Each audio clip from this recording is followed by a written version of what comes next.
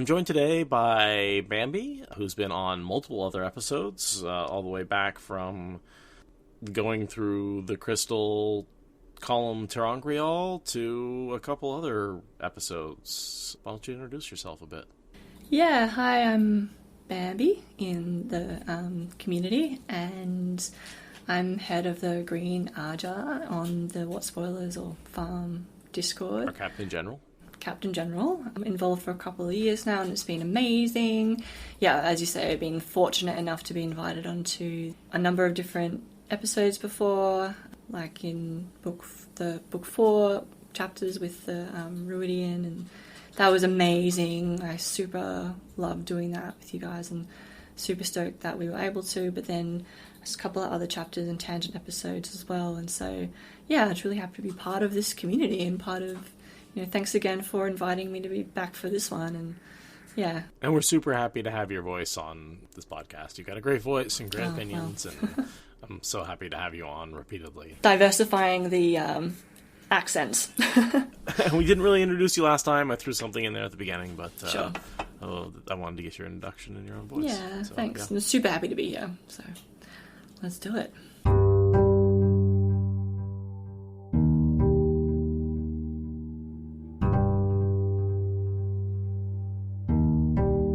This is the Wheel of Time Spoilers podcast. Chapter 50, Thorns. And the image is the wolf, because we have a Perrin section here. Absolutely. I agree with that one. I mean, the thorns are, Faile scent. From Perrin's point of view, Faile scent. Yeah. Yep. Agree. I don't know if it's directly relevant to what Rand is going through. I think it's definitely focused on Perrin. That's what I was thinking as well. But even though the majority of this chapter is Rand. Yeah, so, but their timelines, like we were sort of talking about before, their timelines are interlinked. Right. So maybe there's, you know what I mean, something there, Thorns interlinking, but yeah, the surface reading is definitely that it's referring to Perrin and his difficulties. Yes, the start of his difficulties. We'll get there. Yeah, we will. I don't want to spend any more time on it than we have to. I'll read us in for the first chunk. Go ahead. Rand spent the rest of that day in his apartments in the Sun Palace, a good part lying on his bed, a huge thing with 4 square blackwood posts, thicker than his leg, polished till they shone between inlaid ivory wedges. As if to contrast with all the gilding in the anteroom and sitting room, the bedchamber furnishings were all blackwood and ivory, if no less angular.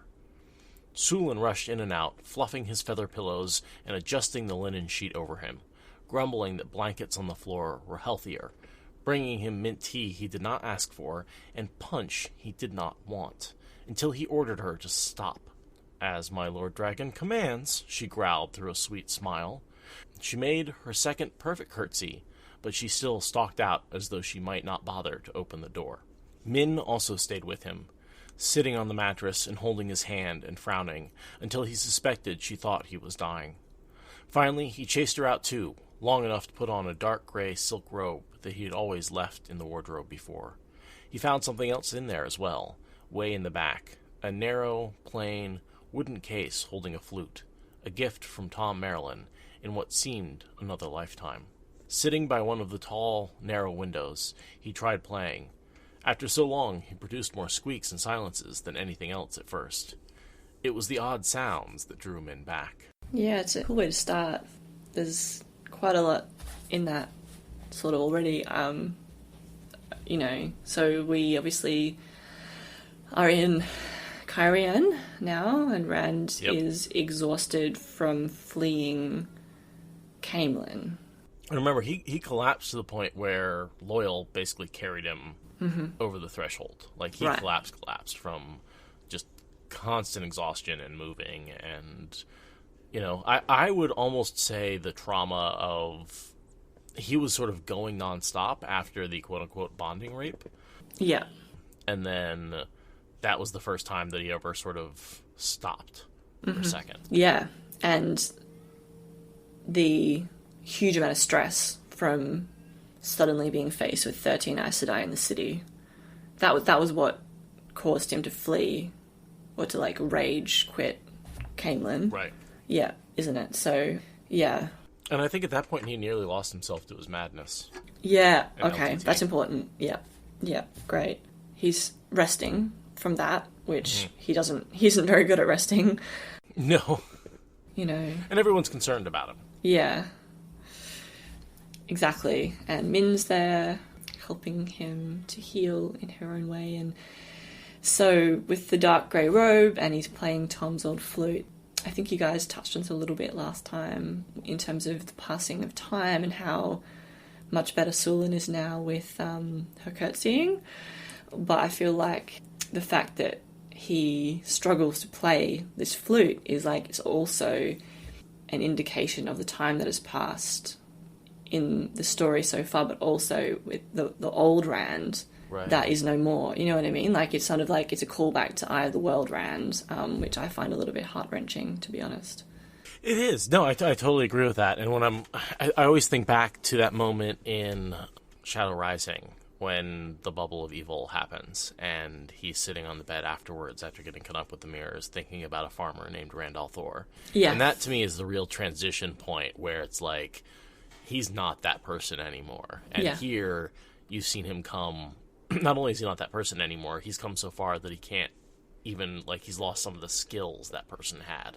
Yeah, exactly. He's changing in other ways as well, obviously, with LTT/Luce Theron, so I thought you might have something to say about that as well. But I think in general he's just a very different person from that point in The Dragon Reborn, as you say. I think I agree that's a really significant turning point in his life and in the direction of the story in general for him. So there's that really serious moment around that, and then we've got it's not straight away, it's later on in the chapter, and it's sort of what I mean about it being sort of non-linear. We have Min being really thirsty with the kissing / flute playing demonstration gesture that she does for him, and that, you know, serves its own purpose at the time as well. But it's just that sort of turn of, like, you know, that was then and this is now, and yeah, it's just, I found that sort of kind of amusing in the way that it sort of would have happened in the moment, if that makes sense. So yeah, Totally. Yeah. I still love the echoes of Min and Rand's relationship of the early days when he was just a wool-headed farmer and she was like the more experienced, like, worldly city girl. And there's still a little bit of that going on in this relationship, even though he's like a king now and like Yeah. you know, and she hasn't really changed all that much, but there's a little bit of this, like, treating him like a horse and getting him used to touch and like all that kind of just like calming him down and getting him used to being, you know. Yeah, it's sort of, you know, you can criticize Berelain for doing that with Perrin later, but it's same, different with Min and Rand. Right, I love the parallels in this chapter between Min and Berelain. Totally. So, yeah, and seeing the first little bits of it here. They're both, you know, I'm just sorry, I just had I'm going really into this. Like, they're both women who are trying to seduce somebody who is already involved with another woman. Oh, yeah. Doing it through this very deliberate campaign of presence and touch. Oh, there's this moment later, which we'll, you know, talk about when we get to it in the chapter, but, like, it's a bit rich anyway. Min makes a comment about Berelain, and you're like, are you for real? about being obvious, or about, like, I have it written down later in my notes.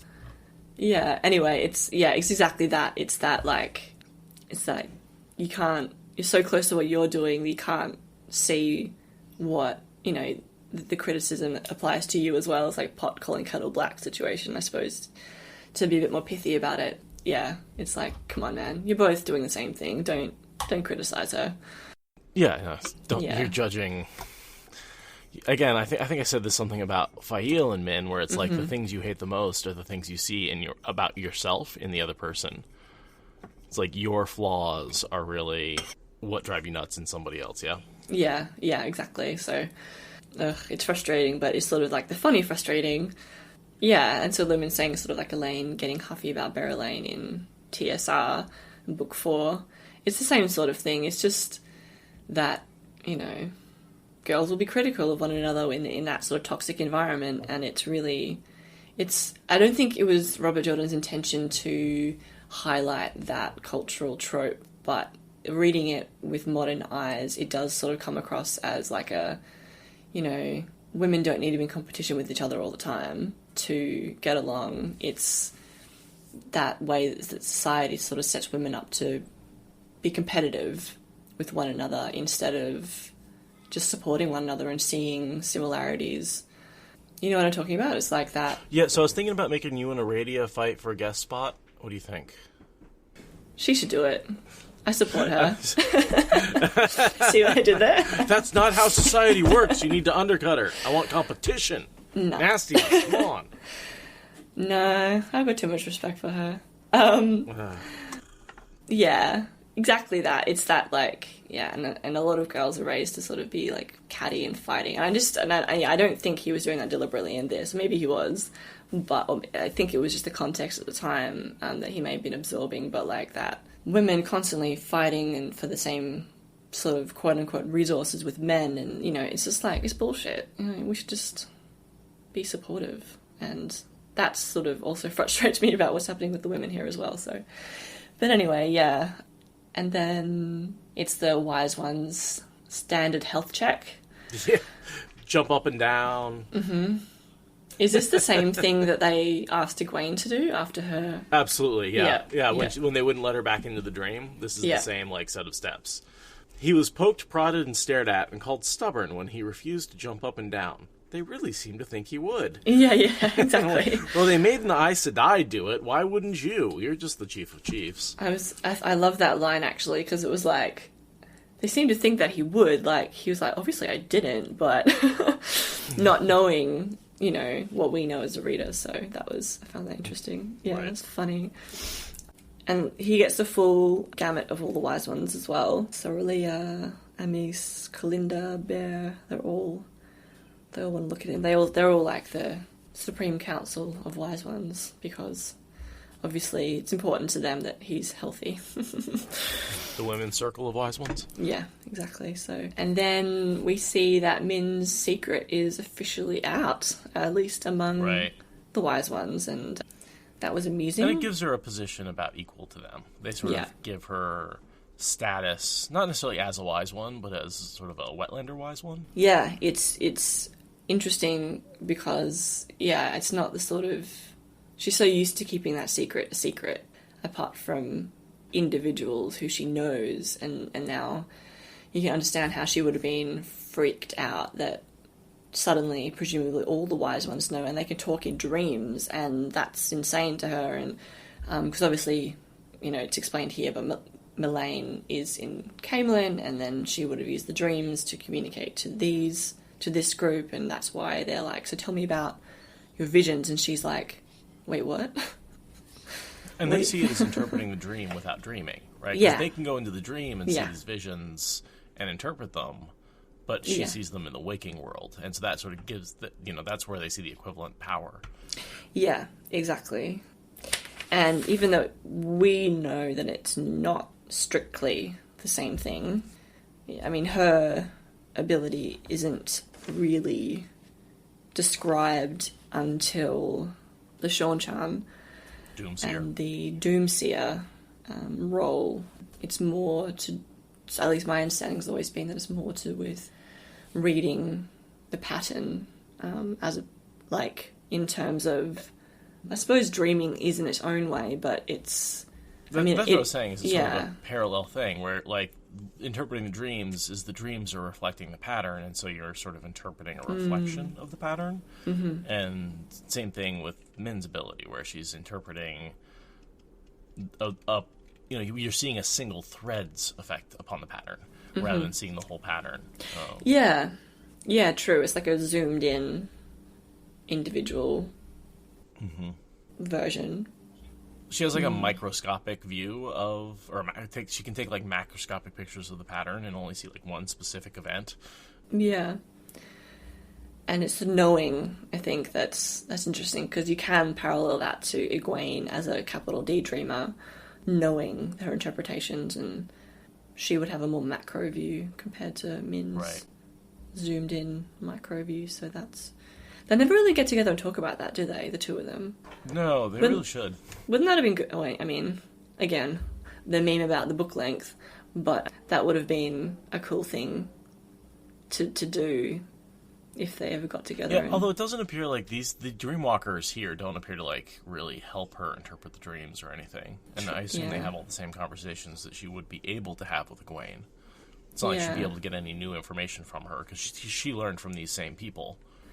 Yeah, I get the sense that it's like a less of a tell me what you see thing with the wise ones, as a you are one of us and we have a culture of respecting each other's judgments and autonomy, so tell us as much as you want to tell us, but we won't pressure you to tell us everything, but we'll put you on equal standing to us in terms of...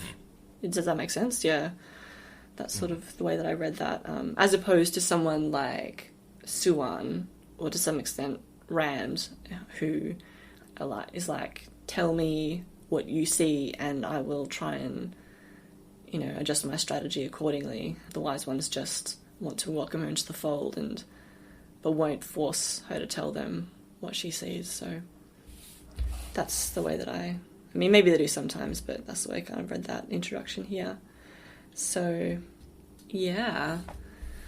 Sorry, Min, your secret's out. And I love these little lines as well, like she's talking to Rand about it afterwards, about the way that they talk in dreams, and she's like, it's like something out of a story. And when I read lines like they're littered throughout the whole series, I'm like, it feels so meta to me, because it's like, oh, bless, you're in a story. It is a story.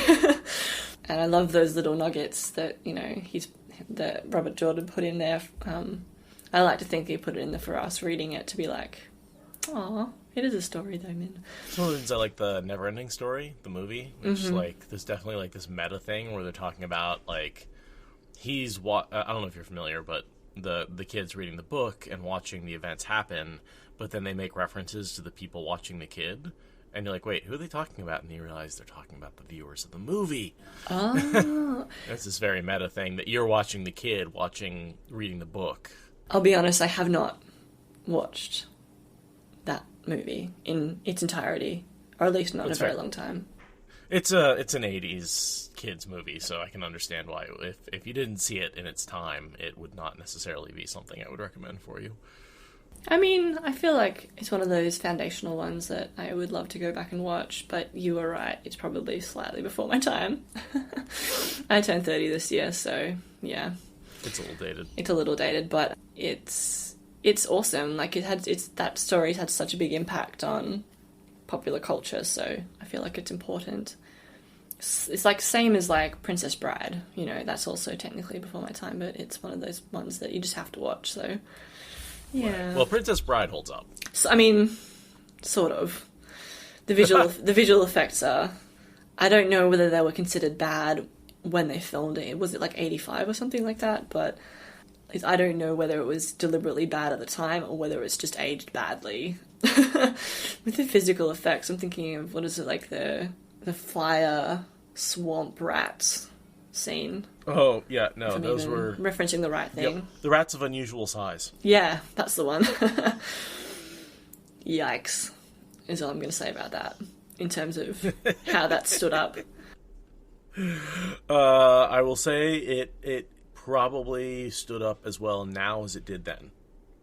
Okay. That was probably more a deliberate campiness than a bad special effect. Although probably a bit of both, But... Sure. True. Yeah, I apologise, Lumen. Princess Bride is a flawless movie and you will brook no argument. Yeah, you're going to get a lot of people coming at you to criticize. Oh, I'm not criticising, I'm just asking clarifying questions. I have watched it and I do enjoy it. So... We'll let you pass on that one. So I had a question about Min's visions, specifically about what she sees around Kalinda. And I was curious if you had any ideas, because she leaves it pretty indeterminate. Do you know what? She says, how... go ahead. Oh, no, I was just going to say, I also had a question mark after that one, and I think that I was intending to look that up. But hold on a second, I think I've got something that I prepared earlier with Encyclopedia What? Yeah, so this is her line. She said, I saw...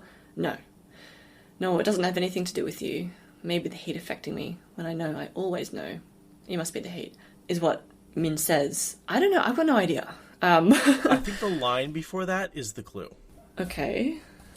A frown creased her forehead. How old do you think Cerelia is? Right. And that Kalinda. Yeah. I saw, no, it doesn't have anything to do with you. Maybe the heat is affecting me.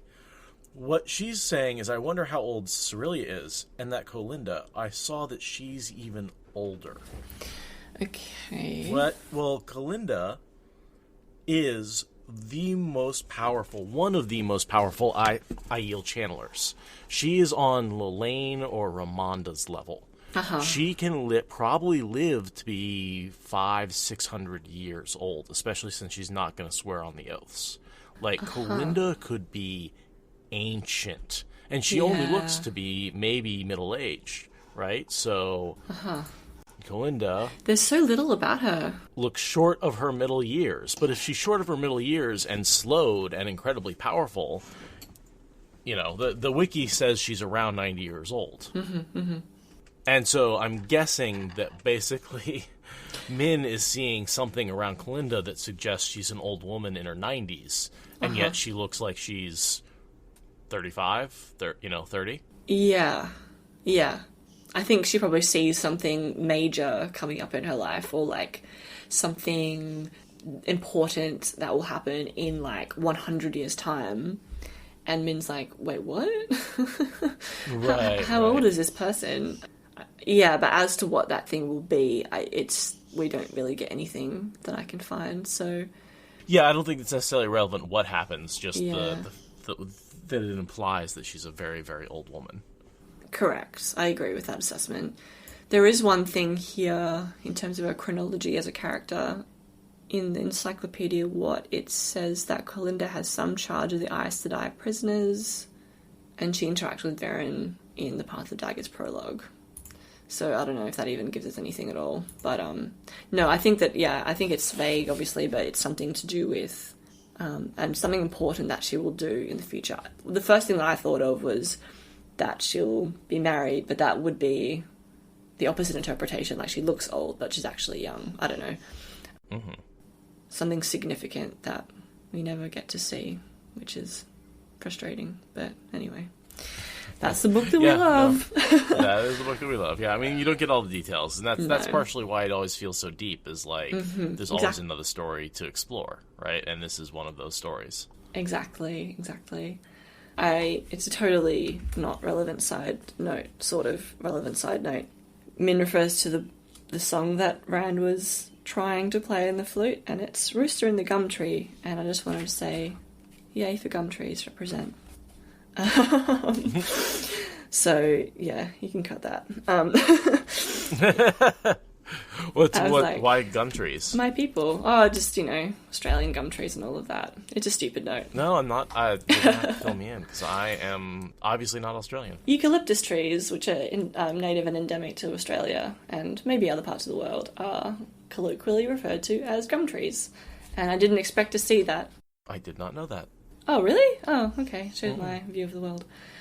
And I don't expect to see that word, gum trees in other parts of the world. But maybe I'm ignorant. Maybe that's very common, and there are gum trees, or trees that are referred to as gum trees in other parts of the world, and I'm being, I'm Australianising my point of view. Yeah, I mean, I Americanize my point of view all the time, so I don't think there's necessarily anything wrong with that. Yeah, well, anyway, I thought it was cute, and yeah, because there's some, like, home among the gum trees is like, that's a famous, like, Australian sort of, I guess it's like a nursery rhyme type thing for kids, and yeah. That'd be interesting if that was a reference. Our Aussie listeners, it probably isn't. Our Aussie listeners will know what I'm talking about. It's it's very Australiana, as they say. Gotcha. Anyway. No drop bear in the eucalyptus tree? Well, that would have been a much more obvious reference rather than a rooster. But, you know. Gotcha. It probably didn't make it into the final edit, so... You gotta localize it for the Two Rivers. Yeah, that's right. Rooster makes a little bit more sense than drop bear, yeah. Not a lot of koalas. I'm glad that you know about drop bears. If you ever come to Australia, then you need to know about drop bears. Well, I've got my drop bear repellent. I keep that on me at all times. Good. Yeah, Good. I so the wouldn't Vegemite then? Right. Yeah, that's what Vegemite's for. That's the real reason we all have Vegemite in our cupboards, yeah. Yeah, exactly.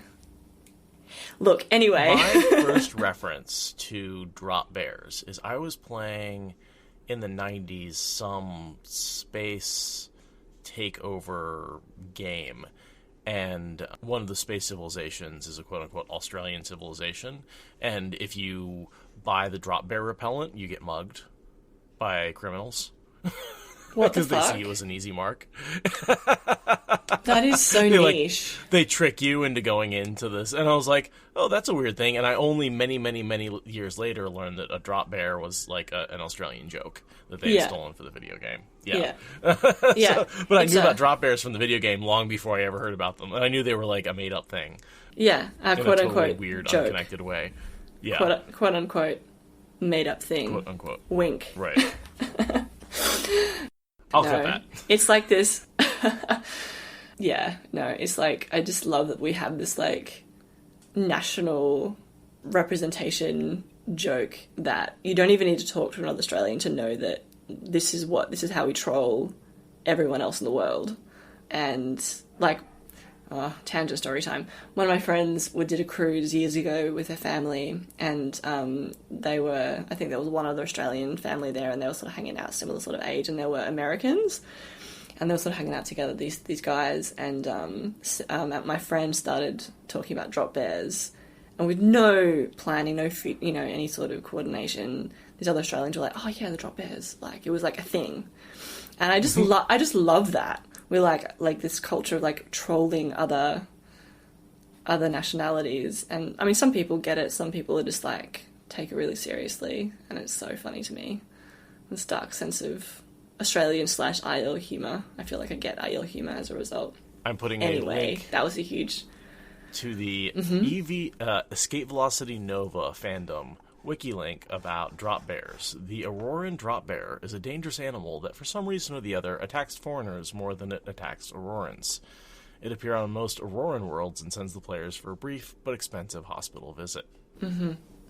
I like a reference to Aurora, right? Is that like meant to be some sort of derivative Australis? They're sort south? of the rebellion criminals of the... Yeah, totally.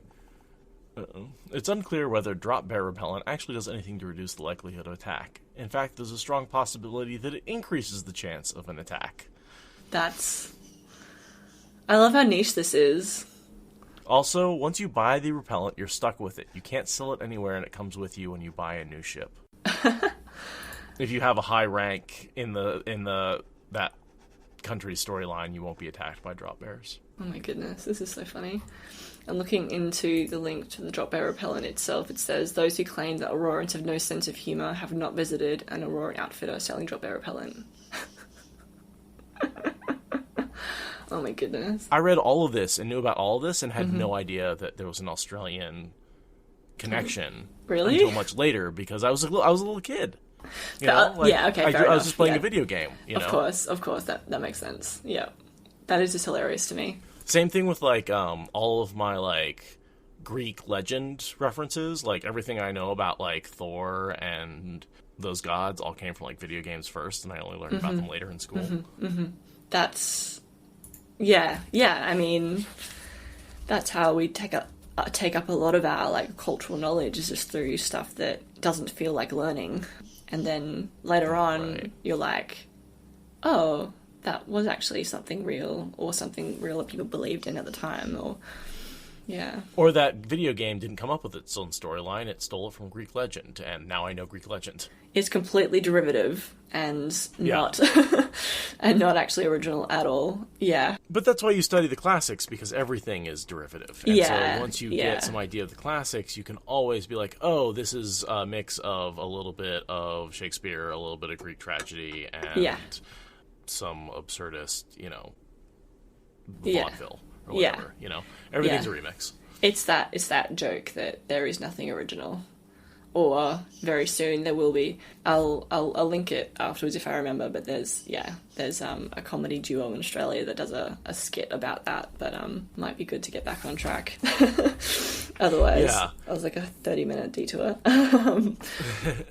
A note arrives from the White Tower Embassy, headed by Cairhien. Mm-hmm.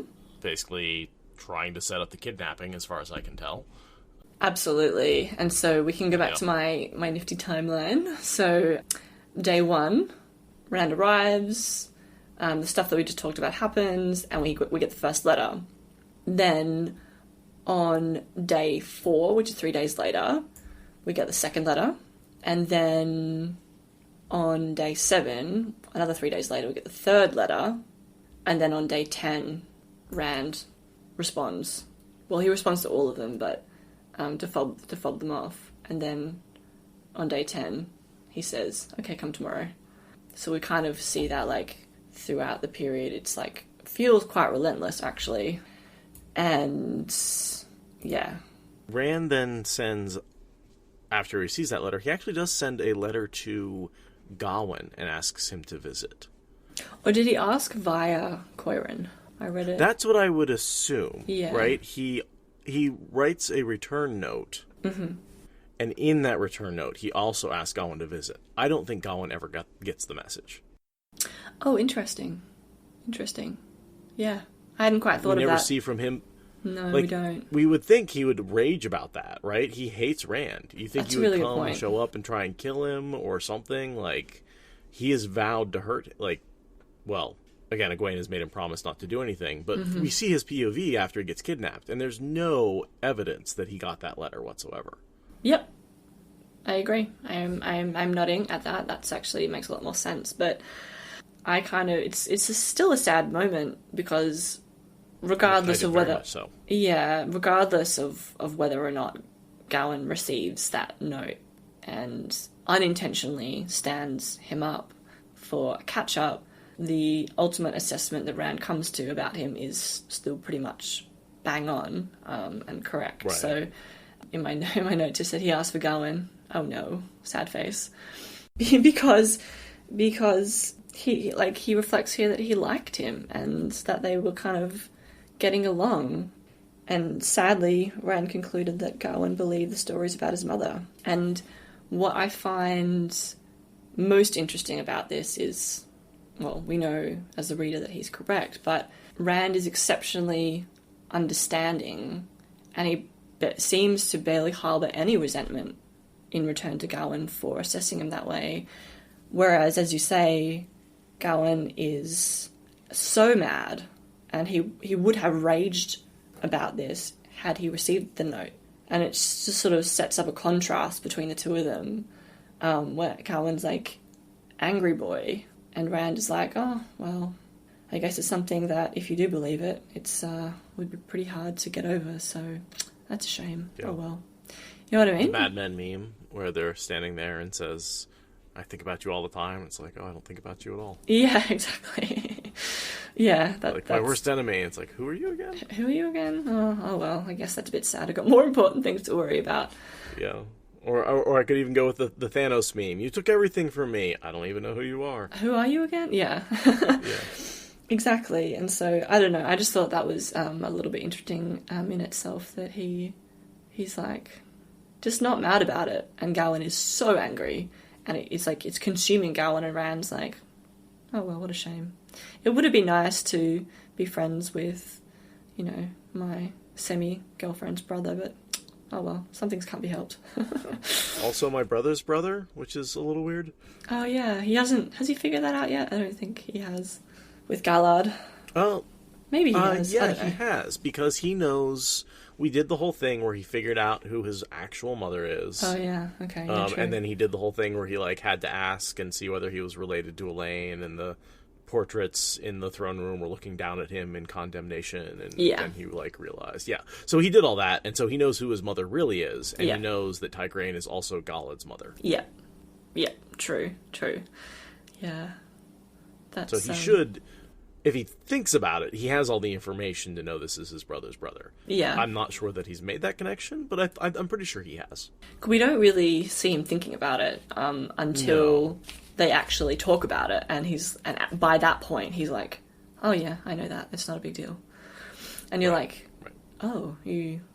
Anyway, that's one of those reveals that happens so, like, the distance between the learning the information and the talking about it is, like... 6 books. Right. So as a reader you're like, wait, what? Oh yeah. Oh yeah, that's right. Yeah, anyway, so but yeah, no, that's kind of a bit of a reflective moment with that response to Coiron's note. So then he heads to the school, or Barthanas' old palace, which again, talk about a flashback. I mean, this was Varen and the Sniffer Huron and Rand and Loyal sneaking into this palace so they could use the Waygate. Like, I mean, this whole... And steal the horn. No, not use the Waygate. Steal the horn. Like, to then come back and be like, oh yeah, I own this place and it's a school and I set it up for the future. Like, talk about contrast. Yeah. Man. This was... That was the scene that set up the Cairhien Civil War as well, right? There were the fireworks and the whole stuff with that. At the same time. Yeah, I mean, there was that. I mean, it was partially what set off... Yes, because he visited Tom, talking to Tom, got Denna killed. Denna being killed got Barthanas killed. Yeah, okay. Yeah, that's exactly what I was thinking. Yeah, that's crazy. And so, so he's back. He's like, well, I guess I got this land and making this happen. So, yeah, as you say, they visit the school. I spent...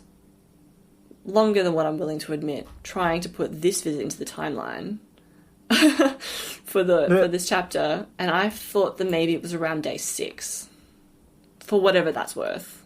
Okay. Yeah, for them visiting Faile with this time, and I did think it was just the one time, because he just talks about this one quick visit, as opposed to going back a couple of times. But anyways, the visit itself is what's important, so... Why put it so late? Why not earlier in the week? Because I was looking at everything else that was happening, and it's not to say that, he can't, visit Ruach and Berelain and meet the nobles and go to the school on the same day, but I'm aware that, it's outside of the city, so that could probably be a day trip in itself to go there and come back, and stuff like that. And also that would give enough time to get the note on day 7 and still have 2 or 3 days of Rand being like, when's he coming back from the fishing trip? But it could have been a couple of days earlier. I don't think it was day 1. There's also potentially some alignment with Perrin looking really, really tired that next day as well. I mean, it's fuzzy. I don't know. But what's actually important is what they talk about, not the timeline itself. But yeah, it's about the middle, basically, is what I sort of landed on. This is because this is his last meeting with Faile. They don't ever meet again. Nope. Yep. And isn't there one time where he sees him dancing and he's really drunk? Oh, is that after this? I think that might have happened already because It may have. Sorry. Yeah, I think it might have happened already because he's I don't think he comes back to Cairhien for a long time, or when he does, he's not really in. Obviously, Demise Wells fucks him up so much, and his whole perspective is very different after that. So, yeah. I think that might be where Perrin is trying to get information out of him when Rand is missing. Oh yeah, possibly. Yeah, true. I hadn't read ahead yet, so that's a good point. And that's when Faile is dancing. So we see Faile again, but Rand is right. This is the last. Yeah, true. Yeah, so I put this down as Rand's last meeting and sort of discussion with him. I wish we had more about what they actually talked about. rather than this sort of high-level overview of the meeting and what it was like. Right, but we don't get that much. Faile is essentially distracted by Min being cute. Yeah. And that leads to the infamous note that he writes her. Belief and order give strength. Have to clear rubble before you can build. Will explain when see you next. Do not bring girl. Too pretty. Faile. Oh dear. And she uses that for a bookmark for a while. I know. And in a way, yeah. So I thought, like, Min... It's a weird interaction that Rand observes, and he's like, I don't understand why Min would be so chuffed by the fact that someone forgets she's there and then is flustered by her appearance. But I don't know, I think there's something in that she simply enjoys seeing who she obviously recognises as a genius at work. I think there's an intellectual element to that relationship between Min and Faile, but also kind of being made a fuss of is kind of nice. Yeah. And also just being like, having someone realize she forgets that she's there and then looks up, realizes how pretty she is, and then gets flustered every single time he sees her. It's a bit of a compliment. Like, just like, oh, she's so pretty, I get flustered every time I see her. Like, it makes her feel good, even if it is a little, you know. Yeah, exactly. And also, at this point in time, Faile is being affected by the way she's sort of dressing and behaving and things like that. Right. Because she's trying to do that for Rand. Exactly. And so it's working on Faile, and it's not working, that you can see so far, on Rand. And I think that she just finds that funny. That it's like, there is a little bit of that, yeah. I'm not doing this for She's you, like, but obviously it's having an effect on someone, so... It's not that it's not working, I'm just flirting with a woolhead. Yes, that is definitely another way of looking at it. That's funny. Yeah, and then there's the note. And the content of the note, have to clear rubble before you can build. I think as anyone realizes, that's you have to break the seals before you can reseal the prison. And yes, create it. That one's obvious. That one's obvious. The first line, though. Belief and order give strength is a little less obvious. Yeah, agree. I'm glad it's not just me. And I think that's just general confrontation with the Dark One. Or, the Dark One is chaos. Do you think... I suppose, sorry, I'm sort of reading this as if it's a prophecy, but it's not. It's his, it's interpretation. It's his interpretation of the prophecy, so maybe it is still relevant. It's his advice. Do you think it has anything at all to do with Seanchan? Because I'm thinking... Seanchan are the order, and Rand is the belief, and the belief and order together give strength. I don't see it. Right, because I'm just thinking about the way that this aligns with his Aelfin prophecy about East and West. Sorry... The South and the West must be one. Correct. That one. There, that's the one. Yep. So that's sort of... That we know that it's to do with the Seanchan by the end of the story. And so I was just wondering whether or not... And because that approach and strategy, when it comes together, that does align to the outcome in the last battle and defeating, ultimately defeating the Shadow and that whole thing.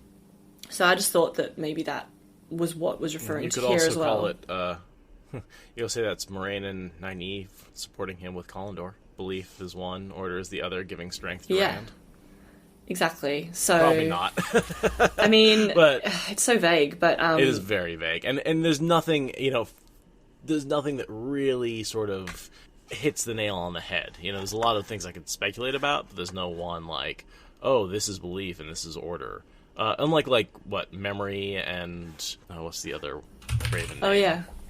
Memory and thought, that's right. Yes, that's the one. So, if you ever have memory and thought, you're like, oh, yeah, those are clearly references to Odin and Matt's ravens. Yes.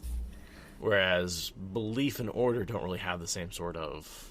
I don't know what je ne sais quoi.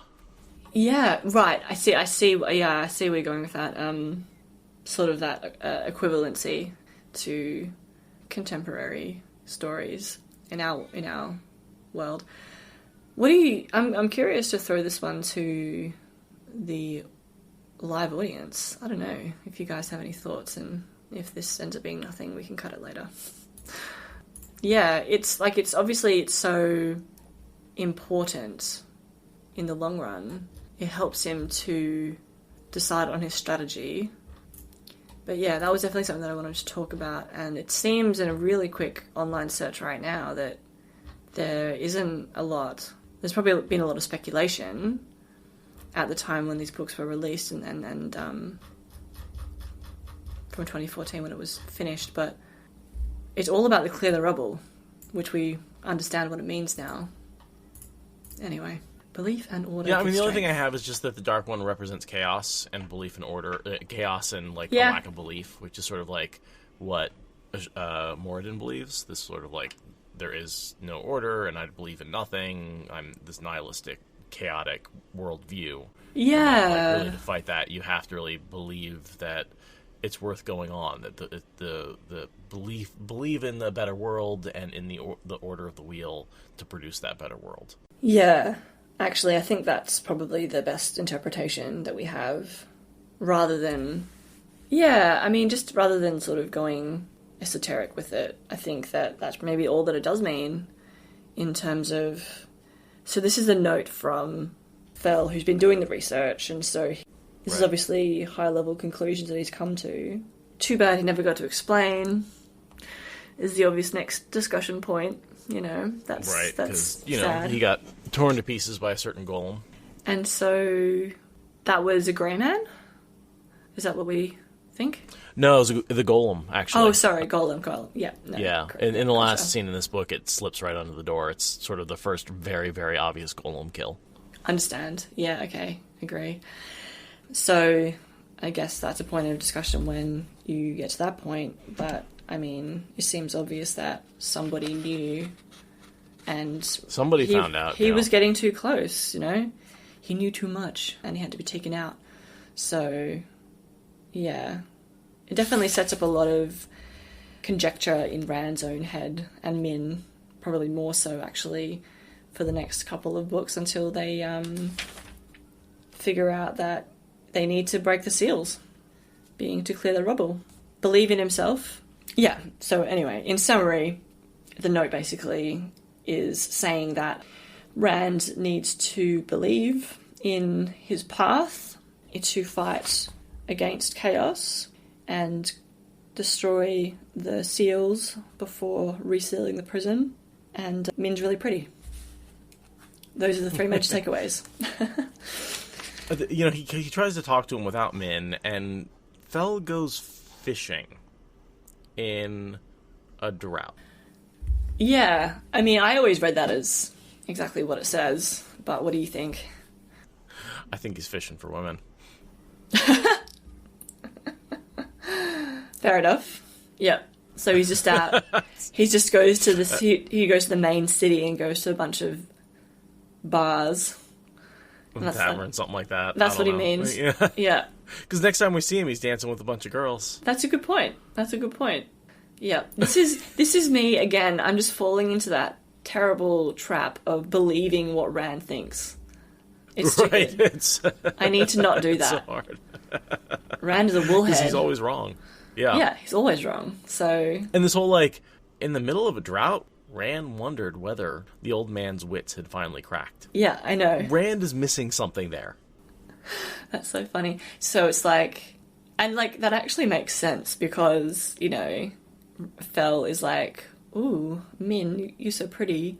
I gotta get, you know, a more age appropriate. Exactly. More women to, you know, that reminds me sort of situation. And, yeah. Just like, ooh, I better go take care of that situation. Hold on, I'll be back. Yeah, exactly. Something I need to deal with real quick. Go on fishing. Right. Again, and like, yeah. Fishing for birds. Exactly, and that's another note that he leaves as well. So it's like, we know from all of this that Faile's notes are always going to be cryptic. Not cryptic enough to stop him from being murdered, but anyway. Right. Yeah, so that's the piece with the school and Faile, and I have a note here that we get a little bit more on Rand's ridiculous attitudes towards women in this next paragraph, where he's talking about how he wants Min with him, but then he doesn't want it to be too obvious because he needs to protect her and hide her identity, and, you know, because of her safety, and what if people found out that they're together, and wouldn't that be so dangerous? I'm just like, man, just stop. I know you've covered this ground a lot in previous episodes, so we won't completely rehash it, but yeah, I just wanted to make a note Yeah, about it is that. one of those, like, okay, yeah, just admit that you like her and that you're not going to send her away, and... Yeah. Also that she has her own agency and ability to defend herself as and when totally. she needs to. Yeah. It's both. An ability to decide if she wants to put herself in that danger. Exactly. Like, exactly. she's not unaware of that danger existing. She can decide that the risk is worth it if she wants to. That's right.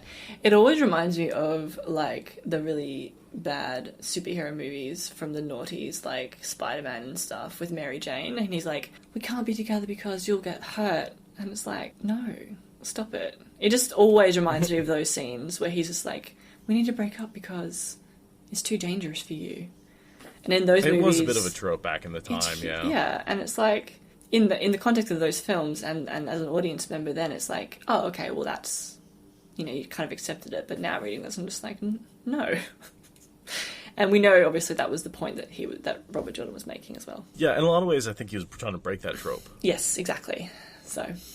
And then he's, as part of that as well, he's, you know, complaining a little bit that Min's spending all her time with the wise ones. So, yeah. And she's like, I could pretend to be your light skirt, and she's like, I feed you grapes. Yeah. Wouldn't that be funny? Ha ha ha Yeah. ha. If I was your girlfriend, wouldn't that be hilarious? Pretend, wink wink. Yeah. Wink wink. I think thou doth protest too much? Yeah. That is. Oh my goodness, it's so funny. Mm-hmm. And the whole time Rand's like, it's okay, she's only teasing. And it's like, man, have a conversation, come on. But, you know... There's something going on there. That's all I'm saying. There's something else happening, and... Yeah. Because, I mean, he's 20 here, right? And she's like 26. So, you know, he's still got a bit of that catching up to do a little bit, but obviously there is an element of, no, I must protect, which is dumb. And, but yeah, I know, it's a funny little moment where she's talking about being a light skirt. The next thing I had is some of these noble viewings. Yes. So she sort of hides out. Marengil and... There's a whole list of them. Oh, my highlights got all weird. Melanin. Sorry. So Marengil, Melanane. Mm-hmm. Melian. Are both they're both going to be assassinated by Colliver, and that's why they're going to die by poison and by knife. And then Colliver dies by hanging because she ends up hanging herself. Actually, after Rand strips her of her titles. Yes. Coming back from Demise Wells. And then Marcone, Guaimon, and Arcombe are sort of this trio that really only appear in this scene or one or two others. They accompany Rand to the battle against the Shan-Chan and die in that battle. So in a lot of ways, I think Rand may have actually killed them with his own power. Yeah. Who knows? But they die in that battle. Yeah, and we see here that was inevitable. It seems to me that he has these audiences over a series of days, because we know that then on day 5... they're talking to at least one contingent of the Tyrants with Guayam. Oh, I do want to make one point. Yeah. It does say in the wiki that the Big White Book says that Marcon died fighting the last battle, not in the Battle of the Shan-Chan. But that appears to be a mistake. Right. Yeah. Aracombe, or at least unspecified. Right, I see. I assume that he died with the other two simply because he's lumped in sort of here. And again, none of them really appear. Sure. They're in this chapter and then they die. Yeah, like battle and a bloody death. It sort of goes for both, though, in terms of her interpretation. Whether or not it's sooner or later, I think it probably would have looked pretty similar to her, seeing the blood on their faces, so to speak, to the extent that it makes her sick and she needs to kind of have a little lie down and collect herself, and that's horrible. Like, we don't see a lot of that throughout the series from Min. The effect that the visions actually have on her is... There's one or two times when she's like, fat lot, when Rand's like, I didn't know the visions could hurt you, and she's like, fat lot, sheep herder. Yeah. And that's specifically about his pain, but, I mean, it's obvious that, like, they can cause emotional trauma. Yeah. Makes her physically sick, and so, an aspect of the visions we hear about a little bit, but not an awful lot. And then we kind of go from that and that serious sort of interpretation of those tyrants who are pretty much all going to die to kind of a 90-degree turn to talk about his training montage. And we see yet another indication of how thirsty Min is, talking about, how when he's shirtless and that whole piece. Running a finger down his shirtless chest, being like, oh, you don't sweat much, do you, farm boy? That's, man, talking about The Princess Bride, I kept expecting him to say, as you wish. Yeah. Yeah. Well, except that he hasn't admitted the way he feels about her yet, so... Right. Yeah. Right. But I totally get it. It's, a threat to come scrub his back in his bath one of these nights. When he pretended to weep and stammer, she laughed and said that was not good enough. It's like, that feels a little bit too far to me. A little bit. I feel like that particular line about, him being like, crying and be like, no, like, I'm not into this. And she's like, too bad. It's happening. But he says he's pretending, and I think she can see right through him. I mean, that's true. That's true. And we know that, the way it all ends up and the way they really feel about one another, but it does feel a little bit questionable in a reading. Come in. I mean, and again, he is surrounded by guards who, if he was serious about not wanting her to come in, he could, don't let Min in. Yeah, and she wouldn't get it. But it's a little bit of like #MeToo, I do. Yeah. comes to mind, even though he is pretending and everything like that. It's just, I don't think it's a line that's particularly aged well throughout this. But that's a 2020, 2021 reading, so. But anyway, and it's so funny to the Aiel because it's so obvious what's happening. At least that's the way that I interpreted it, with the maidens and the wise ones and Sulin. Totally. They're trying not to laugh. I mean, because they're falling head over heels for each other. Yeah, they find anything that makes him uncomfortable that's not a serious threat to his life. They find that hilarious anyway. They like seeing him uncomfortable. And with Min's approval from the wise ones. Yeah. That makes all the difference in the world. And obviously, it doesn't matter to them that he's with multiple women, because that's normal in their society, as long as it's been set up correctly. So they're just like, that's really not a big deal. Just do it. We get some updates on Loyal, who's stuck in the Royal Library, because that's all he wants to do is read. And Perrin, who looks increasingly tired for some reason. Yeah. Which is the whole subject of the second half of this chapter. Exactly.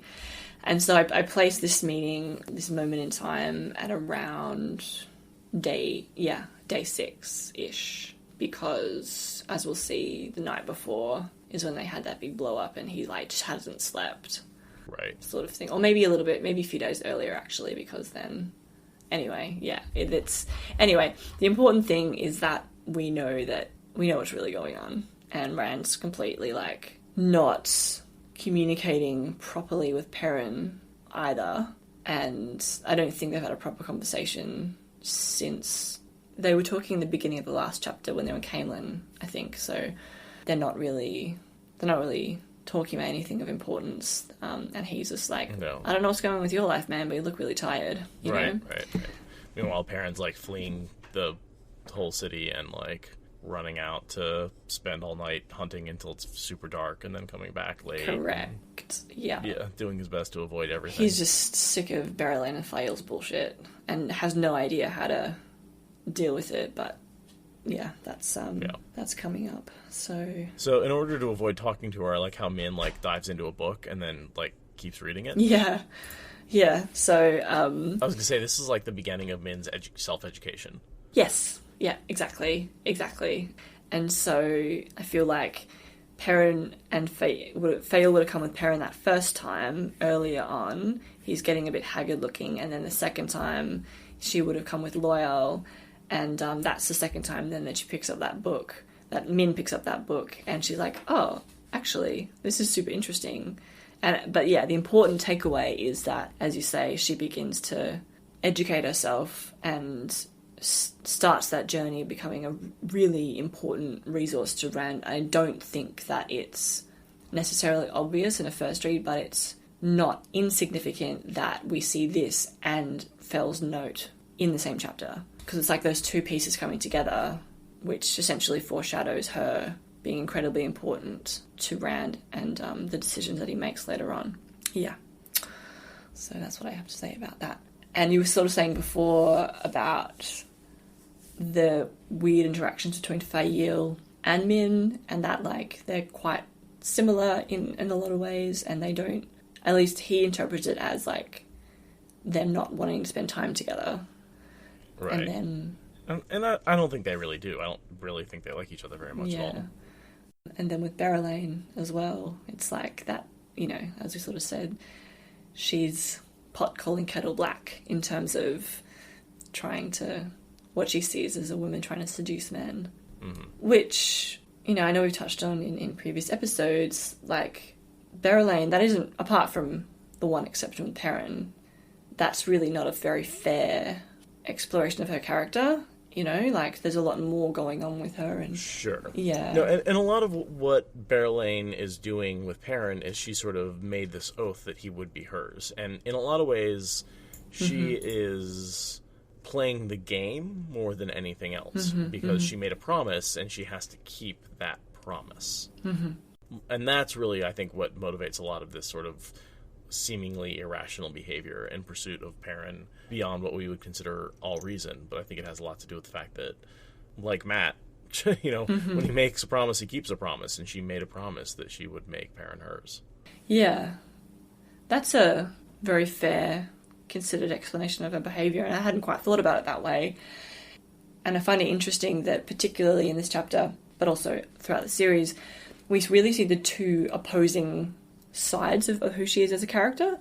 So, like, on the one hand, she's a dutiful public servant and works really hard and is really good at her job and is, like, sexy, brilliant, diplomatic Berelain. On the other hand, she's this, like, gaslighting sexual predator. No matter what her reasons for that might be, like, it just does not excuse her behaviour. And so she's so complex, and I kind of really like her. Not that I condone her behaviour, but, like, I love the way that she was written. Right. And she sees Perrin's behavior as playing hard to get, and so does Faile. Yes. And that's where the anger comes from. He is not doing a good job of saying no and shutting it down. He is playing hard to get and playing the game. He just, in the same way that Rand didn't realize he was playing the game of houses in Cairhien, Perrin doesn't realize he's playing the game of flirting with Berelain. Yeah, that's right. And so he thinks he's doing everything possible to discourage her, whereas she sees his behavior as extremely encouraging and extremely just sort of game playing. Yeah, exactly. It's like, if you just had a bit more game, you know what I mean? Like, if you had a bit more, like, playing along with it, being sarcastic maybe, and not taking her seriously, that would have actually been a lot more effective in terms of dealing with B. And so he needs to treat her like a child trying to, like, flirt with a teenager, you know, not, or like an adult, not like a serious threat who's going to send him running to the woods for 3 days because he can't deal with it. You know? And that's we'll get there, and when we get to that chunk of the thing. But I have anger at. I think Faile's anger at Perrin is entirely justified. Yeah, it's wonderfully complex and very anxiety driving for him and therefore the reader, if you're an empathetic reader. And anyway, I agree. I've got a bunch of things to say about that too. But just quickly going back to this meeting with Berelain and Rand and Min, because she's like, no point in hiding now, like, let's just make it obvious that I'm here. And Rand is minded of two cats who don't like each other and are stuck in the room together, and they've just realised this. And do you think that what Berelain says about retreating and being concerned due to the Aes Sedai is true? Or do you think she's sort of making excuses? Why did she hide again? Or what happened? I forgot what. Right, yeah, so that's okay. So he calls her out. Oh, after I was last here. Yeah. Yeah. Well, remember, okay, so the last time he was here, he was just in a shitty mood. He treated everyone terribly. He yelled at everybody. This was the whole, like, trying to deal with the whole situation with Avienda, and he was just angry. And so I think after he left, he had just treated Berelain so bad and yelled at her so much that she just basically hid. So when she's saying, I was concerned, he's calling her out for just being, you know, basically being frightened. And she's like, I was concerned. And it's like, no, you were just... I frightened you, and instead of doing your duty, you hid. Yeah, because she relates it to the Aes Sedai being in the city, and so that does make sense. that, you know, she was just... Because it's like a ... concern. Like, she chose that word carefully, and so it's like she's being diplomatic with him. So concerned, standing in for him. Being afraid, being freaked out, being, like, uncertain of what the story was now because, as you say, he exploded and left. And she's like, so what's the policy direction then? Like, how are we dealing with this? Sort of thing, because he's being unpredictable and reactive.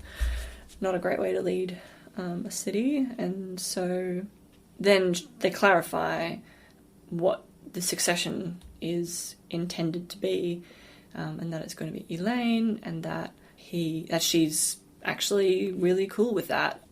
You know, she's thoughtful, and we can see again here how he really respects her political perspective and experience, and so that's kind of a nice moment as well, that he feels backed up on that decision to choose Elaine next, and that she'd actually support that. And this is where we see over and over again Berelain is eminently competent, you know? Yes. I think we've said this, she's the only ruler who, like, survives the entire book series from start to finish. Yeah. As ruler of her country. She's actually really amazing.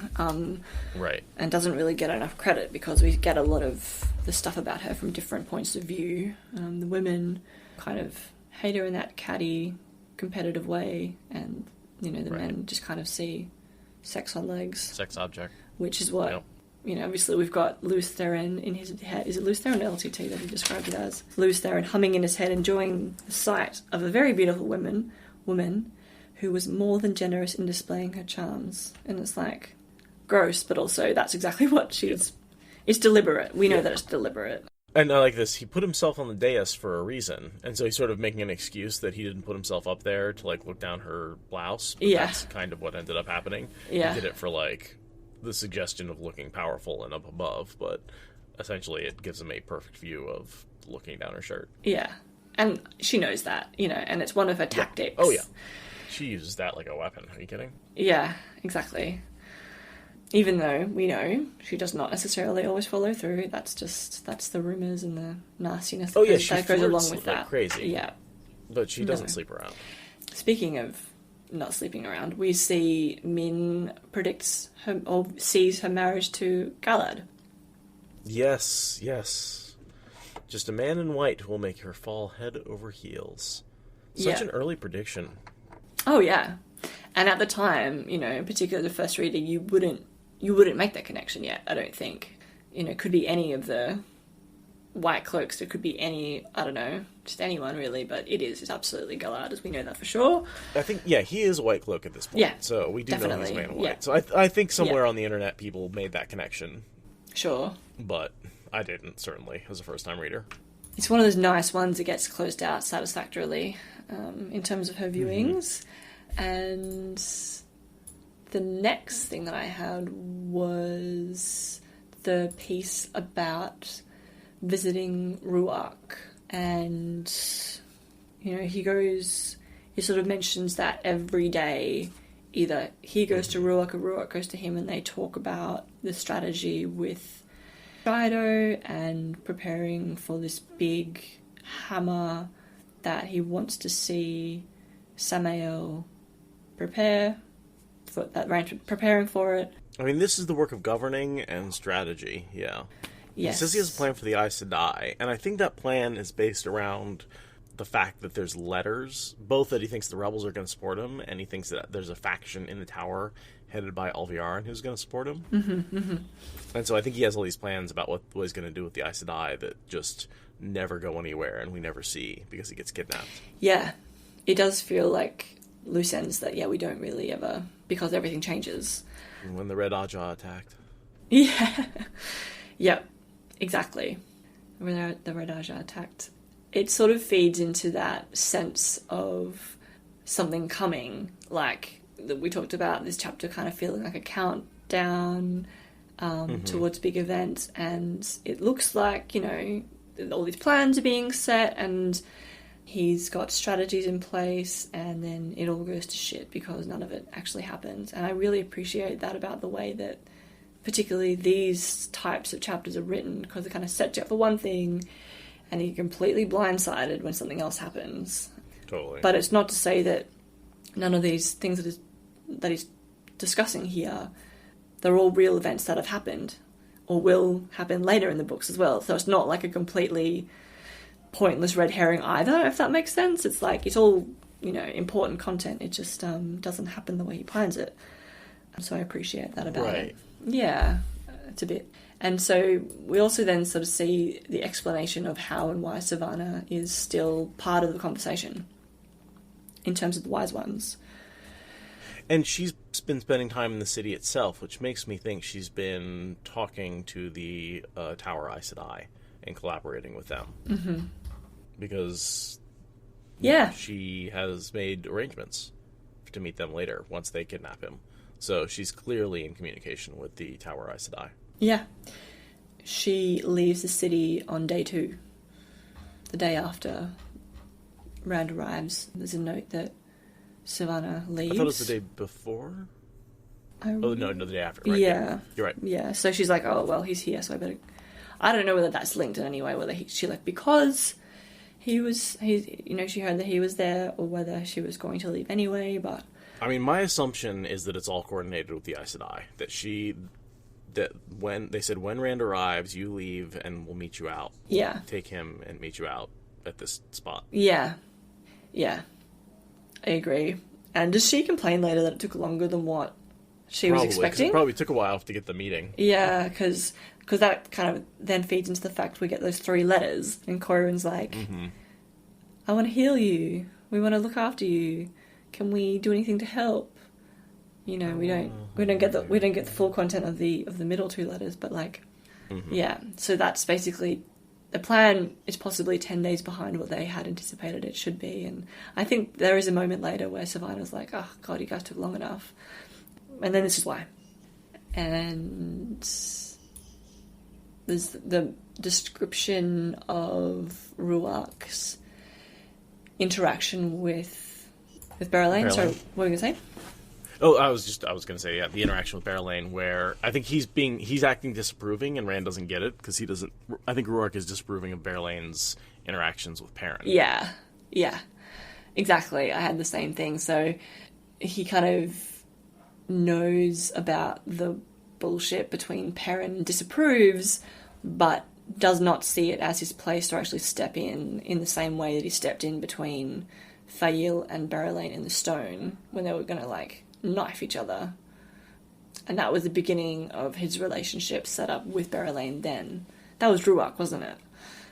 Right. He disarms the 2 of them and sends them off and treats Berelain kind of like a child. I think he had already had to discipline Berelain at that point, because that was actually...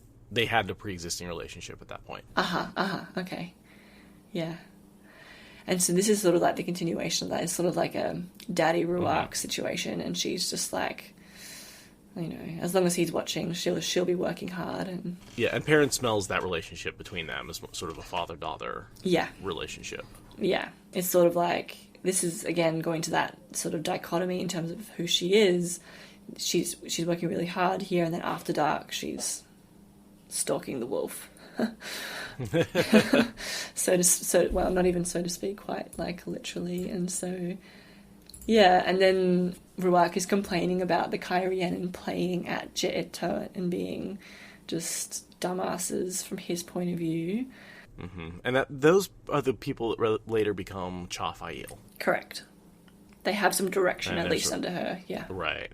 And they take these women who take up the sword, these noble women who take up the sword. Yeah. Which is just totally perverting the Aiel way, because now it's not just spears they're using, they're actually using swords in Je'etot. You can't use a sword and follow Je'etot. That's a contradiction in and of itself to Ruach, but they don't see. They're like, well, no. You're a fighter, we're fighters, we don't see the problem. And in a lot of ways, I see it as the next step of the visions in the columns. This is sort of where Je'etot goes next. We saw a splitting of the Tinkers, we saw a splitting of the Jen, and now we sort of see a splitting of Faile. Yeah, and it would be significant that it happens in Cairhien. It's sort of coming full circle, Because the Cairhien were the first people who aided the Aiel, Yes. and then that's why they were given the tree. Yeah. And then Layman cut down the tree, and the Aiel went to war, and then they got beat. And then Rand came back, and they got beat Yeah. by the Shido. Yeah. And so now they're like... There's a lot of relationship between the Cairhien and the Aiel. Yeah. Which makes sense, because they're on that border, right by the spine of the world. It's geographical. Mm-hmm. Yeah. And it's also symbolic by this point. And historic. And historic, yeah. I really like that it's like the next step. But as we know, when we went through that chapter, like the steps and the history are what they are, but none of it was ever comfortable. And it was always a difficult transition to the next step. And at the time, people didn't like it. Mm-hmm. And it was hard, but ultimately necessary to move forward. And so getting Faile out of this, I mean, obviously in the immediate term, in terms of this story, it's significant, but yeah, you can think about how that then moves forward into the Fourth Age and bringing some sense of honour and structure back to the wetlands where it all began in the first place. So Right. yeah, Right. It's cool. I like that. Thinking that through a little bit. Do you want to talk about the fact that they decide here as well, sorry, going back to the conversation with Ruach and the troops, the Aiel, that Rand says you'll have to stop sending spears to the south. Yeah, the Shido are pushing a little bit. Yeah. Because we've seen them sort of hole up in the mountains. And now they're coming down. And I have to wonder if that doesn't have to do with some information Savannah is transferring back to them in terms of timing that she's getting from the Aes Sedai. Yeah, I think it is linked, definitely. And so we kind of see the fallout of that in military terms. And ultimately, like, do the Cairhien and these Aiel that he's fortifying to the north in these hills, does that end up helping him in any way in terms of Dumai's Wells? Do you think? Or I suppose you'll get to that when you get to that chapter. Yeah, not as far as I know, because I remember the time where Perrin wants to pull all the Aiel, and Ruach is like, such numbers are not possible, not unless we would lose it all to the Shido. Right. So there's a whole scene where he's basically, and then Perrin's like, well, how many can you bring? And he's like, I can really only bring Siswaimon and Maidens. Right. Yeah, so because that whole scene. Because they've been committed to the south already. Yeah, exactly. Exactly. Yeah, okay. Yeah. And so this is sort of like they're committed to the south and the attack on Samael. Yeah. And so it's very hard to. They put a lot of the troops out of reach with the, big hammer that's supposed to attack Samael, and then the rest of them he can't strip them, or else they're going to lose to the Shido, because the Shido are a very real threat to the Aiel because, well, they are Aiel. Yeah, exactly. Multiple ways. And then we've got Perrin's perspective switch. Can you hear the lawnmower in the background? Is that coming through the microphone to you? Slightly. Okay. I don't know whether that's Lewin or whether that's our neighbour. That's a little better. It's coming and going. If it's Lewin, we've only got a small amount of grass. I'll tell him to stop. It shouldn't be a problem. We can always filter out that kind of noise pretty easily. Okay, cool. I just don't want to make your job more difficult. So I apologise. There will be coffee grinder sounds in just about 3 seconds. So we'll wait till that's to finish, because there we go. Yeah, we talked a bit about coffee last time. We've gone even further down the rabbit hole. We're looking at getting a different type of grinder that is not conical but is horizontal in the way that it... Oh god, there we go. Sorry about that. It's so high pitched. About the grinder with that noise in the background. Keep talking about the grinder. Yeah. So I don't know the technical detail, but basically it boils down to the fact that you don't have as many leftover grinds in the machine, and it's less wastage, but also you don't have that stale bean coming through to the next time you grind. So, yeah, we're looking at that, and we're looking at getting a water filter as well, which we should get anyway, but to have filtered water for the coffee, it's, it's all in the pursuit of the best cup, but then, you know, he will be adamant that I'm not a coffee snob, I'll still drink instant coffee. It's just that it's a huge rabbit hole that we've decided to jump down, so anyway. Oh yeah, the money rabbit holes that you can get when you really get into... Hobbies are expensive. I feel like we weren't told that as children. It's like have a hobby, like, get something interested in, but you know it's going to be really expensive. So you know there's that too. It's like, oh god. Well, in America we say monetize your hobbies, turn them into jobs. Yay! Yay. Then you can work while you're having fun at the same time. Isn't your political alignment capitalism? Isn't that like? Isn't that the whole thing behind your country? That's more my religious alignment. Okay. Really. Okay. True. Yeah. We believe wholeheartedly in capitalism, that it can do no evil, and unfettered capitalism is always a good thing, no matter what. Except Amen. When Reddit gets involved, then you need to regulate. Listen, I'm not disagreeing that Reddit needs some regulation. Look, I barely understand. I've been reading unrolled Twitter threads about like what actually has happened with that whole situation, but yeah. Yeah, I'm actually kind of kicking myself because I was in on it. I saw it early enough that I was like, should I invest in that? No, that'll be dumb. Yeah. And then I'm like, oh, yeah, I probably should have. Yeah, it's interesting, and I am taking it as an opportunity to learn about the way that the whole system works. But yeah, yay, capitalism. Yeah. Never causes any issues. Yeah. Never. Oh my goodness. It's not that different here. Just like Berelain never causes any issues with Faile's relationship. No, exactly. She's nice segue. She's just doing what she thinks is best. You know? She's just unfettered free market. Compete for the resources you want, in this case Perrin. Yeah. And whoever can pay with the most boob wins. Yeah. Is that not how things work? Yeah. Yep. Free market. First, I want to make a pun about the early bird gets the wolf. That's awful. That didn't land at all. Okay, I gotcha. The most persistent hawk will get the pup. I don't know. There's something in that. I'm sure you can think of a better one. No, I think the early bird gets the wool head. It works pretty well. Maybe. Yeah. We get Perrin's bit. He talks a little bit about. I guess it starts with a summary of his 10 days, and then we kind of get some of the detail. Mm-hmm. For Perrin, those 10 days were not pleasant at all. Before very long, he sought Loyal's company, but Loyal had found paradise in the Royal Library. I think it's the Aes Sedai that he refers to here is Nessun, who was a dangerous one that Egwene. Because she's the one who gets sent off to look for whatever it is. Yeah, she's... Remember the wise ones and the Aes Sedai are competing to look for something? I trying to remember what the MacGuffin was. I think it was like they were both wrong about something. I can't even remember. Is this the Green sister? And it's Egwene? Is that... or something different? I thought that it might have been the finding information. It was like in the same conversation, but there was something else they were looking for. Or it's just that... so Nessun is the one with the specimen boxes, I think. And I think perhaps she's the brown, I think, and she's the one who's just... maybe spying, basically, and just being there in the Royal Library where you would expect a brown sister to be.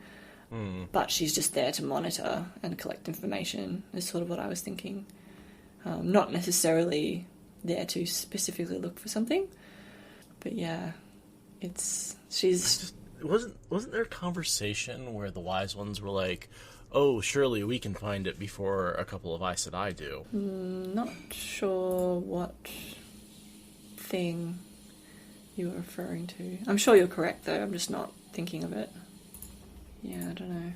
And just while you're looking that up, just to take a little bit of a step back, I was keen to do a Perrin chapter because in a lot of ways I kind of, more and more actually, I feel like I understand his way of thinking. in terms of needing to mull things over and maybe plan a little bit and not come to conclusions straight away. Like, there's this approach that some people might be familiar with, and I'm forgetting the name of it now, but it's basically, we did it in a management course that I was doing with work, and it's like there's like 6 learning styles, and one of them is reflective, and it sort of talks to not just your way of thinking in general, but the way that you take in information and then make decisions with that information, and so on. And so I think there's 6 of them, and some of them are like, you can make decisions on the go, or you can be more hands-on or visual, that sort of thing. But yeah, one of them came out as reflective, and when I did the quiz, that's what I came out as, and I think it makes a lot of sense. But I think it also applies to Perrin, because it's like he's definitely that reflective thinker who, as we know, hates making decisions just on the fly, makes him really uncomfortable, and he doesn't feel like he's intelligent enough to put all the pieces together straight away. But in fact, it's not that he's not intelligent, and Faile says this later on, it's that he just prefers to have the time to put the pieces together methodically and actually think it through, which is its own version of intelligence in its own way. So right, yeah, I don't know, that's all just to say that I kind of feel like I get him in ways that I did not think about when I first read this book through. He was always kind of I don't know, I didn't really think a lot about Perrin the first time through. And I know that you've said in the past that you also identify with him a little bit, and have from the beginning. Mm-hmm. So that's sort of why I was keen to do a chapter that was at least partially focused on Perrin. Totally. Well, yeah, I have opinions about sort of what he's smelling versus how hurt he is. I did want to bring this up, though. I found in chapter 25, the Wise Ones are talking about sending Nassoon to the White Tower, and Egwene says, that makes sense. It makes sense that she would send her there to find something. And I said as much last night, Cerelia growled. Aradia, Kalinda, Adara, you 3 go to the library. 3 Wise Ones should be enough to find what can be found before one Aes Sedai. Uh-huh. So I don't know if they're looking for anything. They don't know what the Aes Sedai are looking for? Yeah. I'm not sure. But that's the...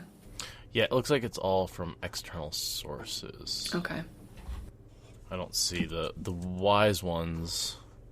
So when you say the Wise Ones, you mean the Savannah's Wise Ones? Yeah, Savannah and the Wise Ones have basically noticed that she was going to the library and asked Egwene about it. And Egwene is like, yeah, that makes sense. And I know that Egwene just thinks he's dangerous, but it's not specific. Yeah. Nassoon ends up being captured at the end of Demise Wells. Not that that's answered your question. Like all the... But yeah. Right. But that's going to happen. Yeah. Anyway, not super important. Sorry. That's okay. I feel like we saw a scene where we saw from the POV of the Aes Sedai what they were looking for. Mm-mm. And I just couldn't remember what it was. She's one of those characters that is sort of almost like a C, B or C level character that actually comes up a lot. We see her teaches Egwene as a novice, and then goes right through to joining Cadsuane in the camp, even though Rand does not want them near him. I think she's one of the ones that gets compelled by Berelain, yeah. So there's a lot going on with her, really. For now, she's potentially looking for some sort of information now in this library and Loyal's just like deferential, but not really that fussed about it. Mm-hmm. And Perrin's like, I don't want to be around Aes Sedai, which is understandable. Totally. Yeah, and so I think to some degree she's just spying as well, just to sort of observe what's going on and the comings and goings and things as well. But she may well be, doing more. So I wanted to. I think now's a good time to dig a little bit into the relationship between Perrin and Faile and Berelain. Yeah. So here's my take on it, right? I look at it in pairs. Faile and Berelain are in a competitive, high-class Game of Houses competition for Perrin. Mm-hmm. And in a lot of ways, they're competing with each other. Mm-hmm. And this goes back to the promise that Berelain made to Faile, saying, I will make him mine. Yes. And so they are fighting and over Perrin. And Faile expects him to dismiss Berelain like a little girl and tell Faile to cut it out, stop acting like a silly person. Mm-hmm. Your jealousy has no place. Get in line. Right? She wants him to take charge. Yes. And he's doing the opposite. Yes. He is playing hard to get. He's flirting in a very Game of Houses way with Berelain. And then he's running away from his wife for, as far as she can tell, no reason. All she did was, like, not sleep with him one night. Yeah. Which might be weird, but like that, and then all of a sudden he's spending all night out. What she doesn't know is he's reacting to the smells of jealousy and hatred, but those aren't directed at him, they're directed at Berelain, and maybe a little bit at him for the frustration that he's, and the fact that he's like, responding in this ridiculous way. He's letting this woman control him, and Faile wants Perrin to be the strong person who can't be pushed around, and here's this woman who's like, driving him out of the castle simply because she's stalking him a little bit. Like, he's acting like a child. Yeah, exactly. I completely agree. And I filed this under, Perrin, you sweet summer child. Like, listen to what Elias told you about how to manage and Saldaean culture around having a Saldaean wife, which was a while ago, and he gave him this information, which is exactly what you're saying. So yeah, I agree. And also, as I get older, like, just deal with your problems. Don't run away from them. Yes. Stop, like, that more than anything else has got to be what's frustrating her. Yeah. And the reality is, Faile is doing nothing. She's entirely reacting to her smell of jealousy and rage. Yeah. So, okay. I mean, eventually she gives him the cold shoulder because he's, like, fleeing the castle and spending all night out hunting. Sure. But yeah, I think that's a totally legitimate thing to be angry at him about. Yeah. So, yeah, I don't think that she's completely without fault either. Oh, no. Yeah. Sorry. Let me not imply that Faile's being a perfect person and is totally 100% reasonable in this situation. She's being jealous as hell and should trust Perrin way more than she is. Mm-hmm. Yeah. Totally. So he's getting flustered and spending his emotional energy on throwing Berelain out. All of that feeds into her strategy, as you say, and more importantly, it alienates Faile. It sort of goes to, we should unpack the problems with Perrin smelling Faile and others later on, smelling their emotions and not talking to them. I think that's the crux of it, right? Like, it's more to do with, it feeds into Saldaean expectations and everything that you just said, but I feel like that really begins here, or at least it's, like, explained in a good amount of detail for the first time here. And, like, they don't talk about it. It's all from Perrin's point of view. He's like, you're behaving sort of like you're smiling, but you smell so angry. But he never actually talks to her. And it's so incredibly frustrating. And so, yeah. I always picture Perrin as a broken empath. Yeah. Right? Because from now on, he has these sort of empathic abilities where he understands what people are feeling. He has these sort of empathic, like, I feel what you feel. Uh-huh. But yet most empaths we see are these, like, healers and psychiatrists and love to talk. Whereas he's just like, you're angry at me. That sucks. Like, the way we'd all feel. He takes personal sort of insult. Just like, oh, you're angry? You're angry at me? I'm not happy about that. Like, he doesn't... Yeah. In a lot of ways, I love the way Perrin is written as an empath. Like, he's just this, like, empath who's not that emotionally connected to helping other people through his empathic abilities. Well, because he doesn't connect the like, do the next step in the I suppose process with that, which would be helpful. Where he's like, okay, I can tell, and which is to say to have a conversation. So, like, if he'd sat down with her and said, okay, so you know that had these supernatural abilities, right? I can tell that you're upset. Tell me about it. You know what I mean? And, like, don't let her bullshit her way out of it by being like, what are you talking about? It's fine. We're not talking about, like, I'm not angry at you. He could so easily call her out on that bullshit and be like, no, I know that you are. Tell me how to fix this. And I think that's why she's angry at him. Yeah. Because yeah, she knows that all he has to do is talk about it, and he's refusing to talk about it. Yeah, she knows that he knows, but he doesn't talk to her. Like, it's that confusing, frustrating thing. I've never been frustrated in a relationship with the lack of communication. Oh, really? No, never. That's never happened to me. I swear.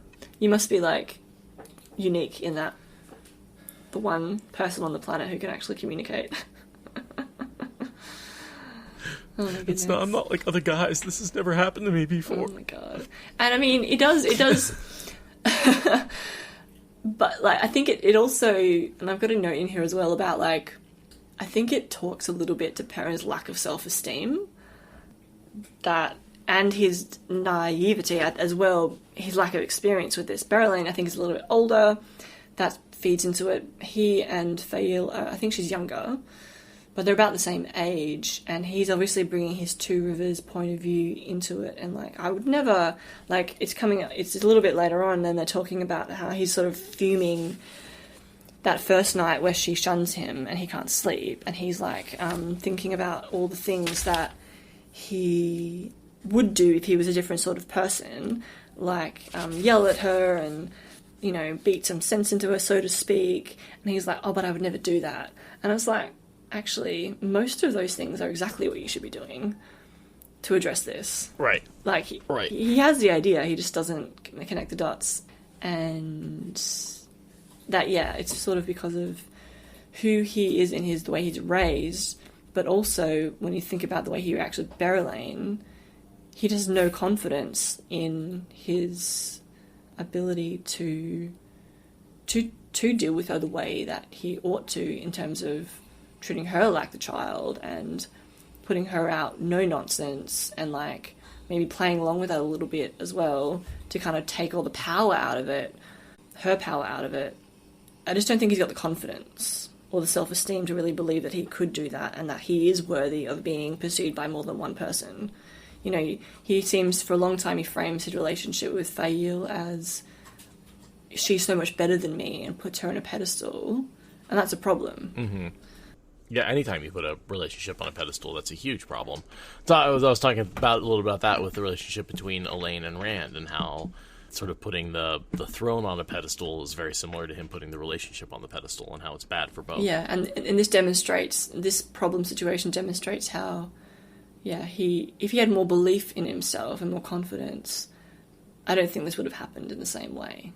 Yeah, obviously, the reason it all happened, as frustrating as it is, and as much as it feeds into the other issues that he has with communicating with other people down the track, it's basically the patterns setting up Perrin to have these issues and not be there later when he needed to be there for Rand. You know, he's out sort of 4 or 5 nights in a row hunting late with Gaul, and he talks about this later on.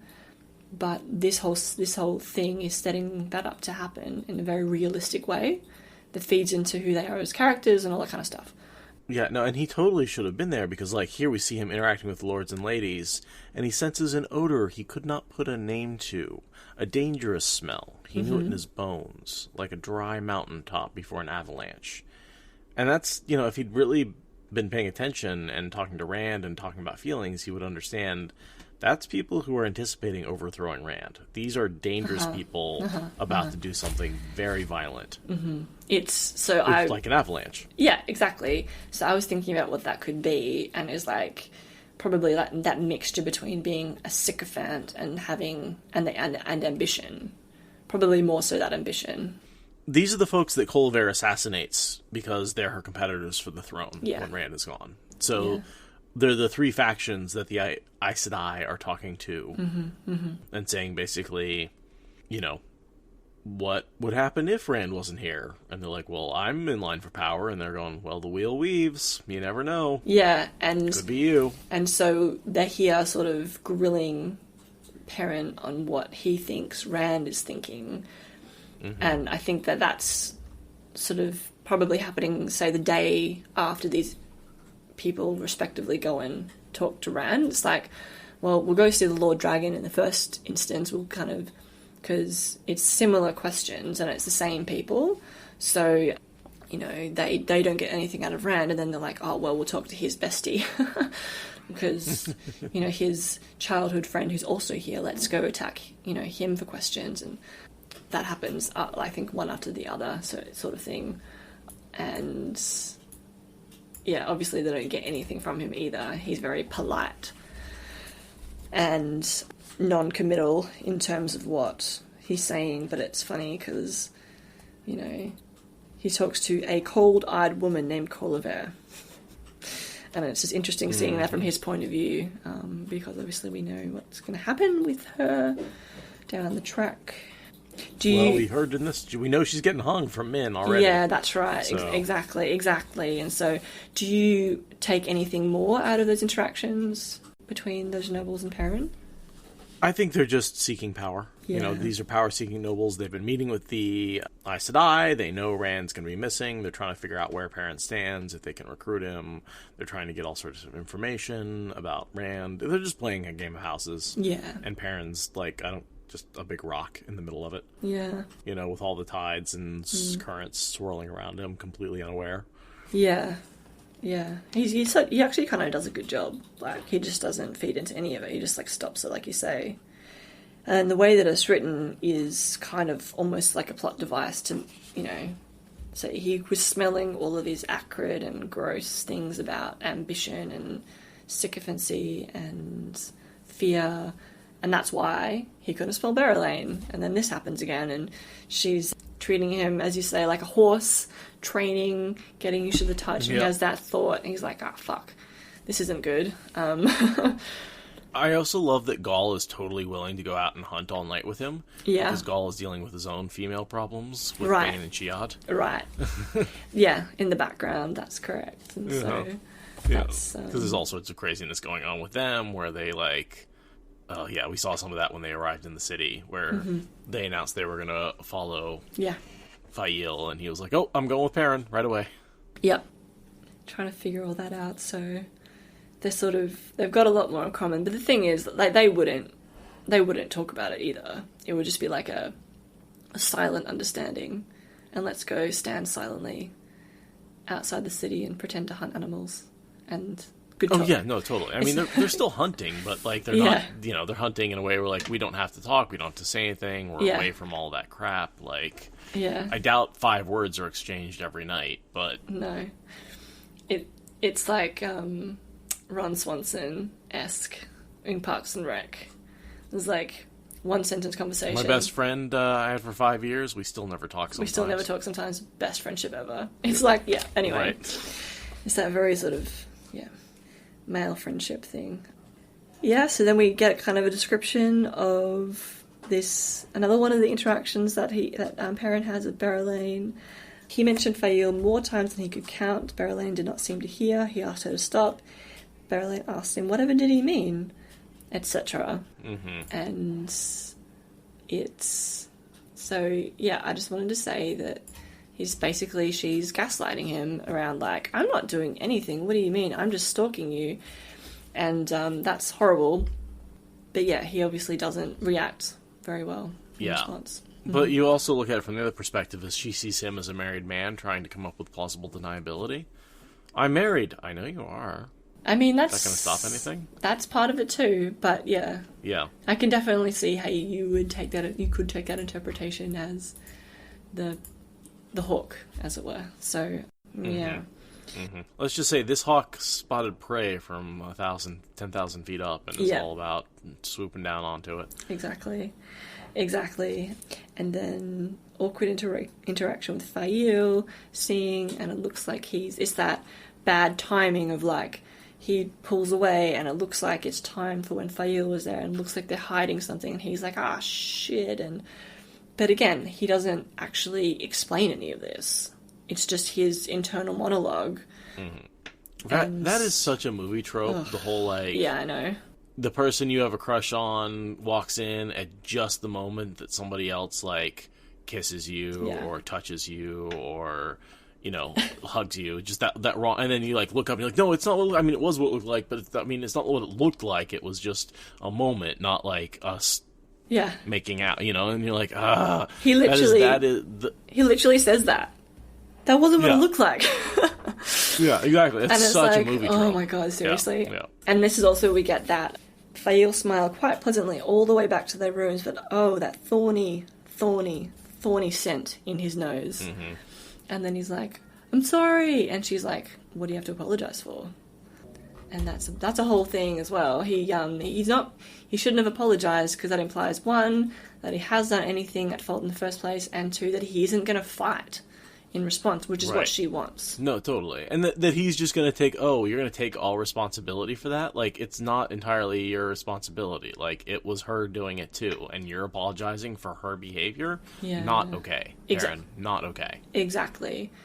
Yeah. And we can say it a million times, but, like, if they actually talked about this, none of this problem would happen. But obviously they don't, and we have the books that we have. And yes, we do. I mean, I don't really have anything other than ending with just 10 days of pure frustration. No. Yeah, that's right. And people wonder why this is a hard storyline to read. Like, I know. That was rough. I got to it again, and it's just like, it gives me anxiety going into it. Uh-huh. You know, more and more every time, because I'm just like, oh, come on, guys. And so, yeah, it's 1, 2, 3, 4, 5 days of, like, no sleep, basically, by the time... He says that long before his 6th sleepless night in a row, he was ready to admit he had blundered. And I've aligned that 6th night with the 10th day. The 10th day being when Rand writes the return note to Cairhien, and he also thinks that Alana's party from Camelin is about 10 days, which is halfway from Camelin to Cairhien. So why don't I just go ahead and read the whole... The Rand POV is literally 2 paragraphs, so I'll read us out on that one. Yeah, go for it. On the 10th day, Rand received another request from Cairhien for an audience, just as politely worded as the first 3. So this will be the 4th. Uh-huh. For a time, he sat rubbing the thick, creamy parchment between thumb and forefinger, thinking. There was really no way to tell how far Alana was yet from his sense of her. But comparing how strong it had been the first day with how strong it was now, he thought she might be halfway to Cairhien. If that was so, Morana was not dawdling. That was good. He wanted her eager. Penitent, at least a little, would help too, but as well wish for the moon. She was Aes Sedai. 10 more days until they reached Cairhien.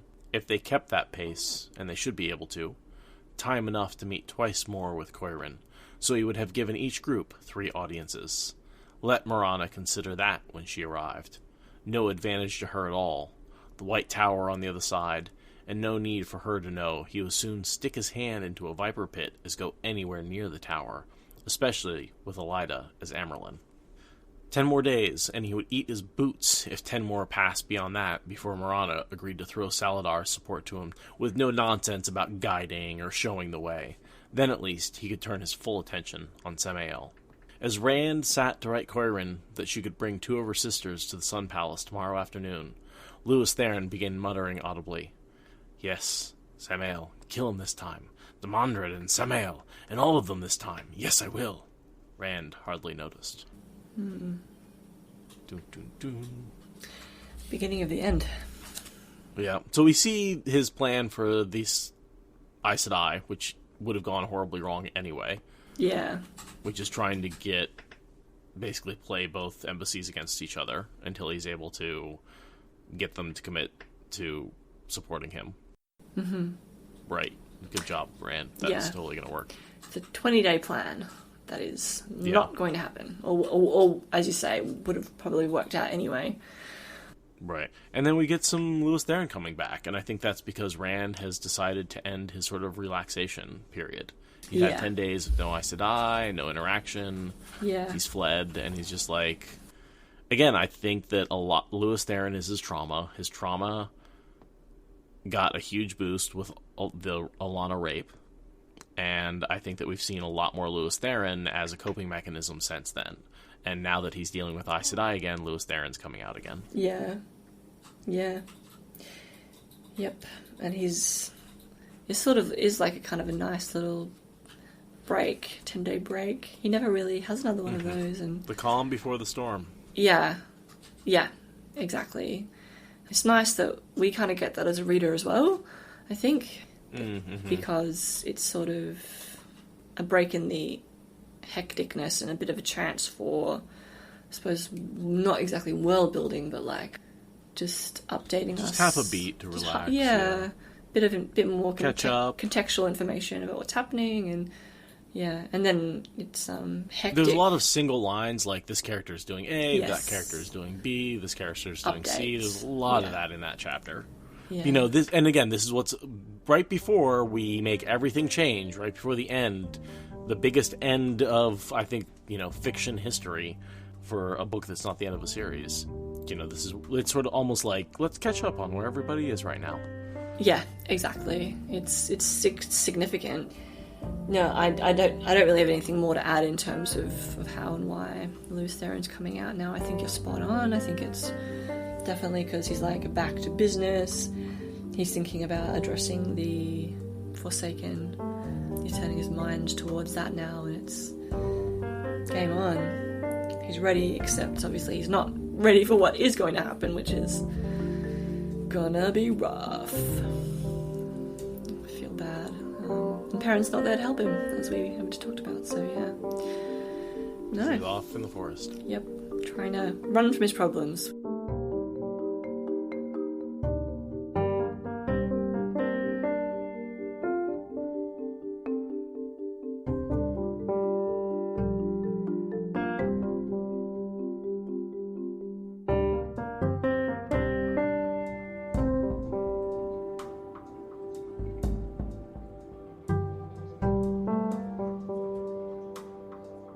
Say hi to Abigail, who will be on next week. Yeah, I was really excited about that. So that's going to be, I mean, we'll get to it, but chapter 51 is really where it all goes down, so...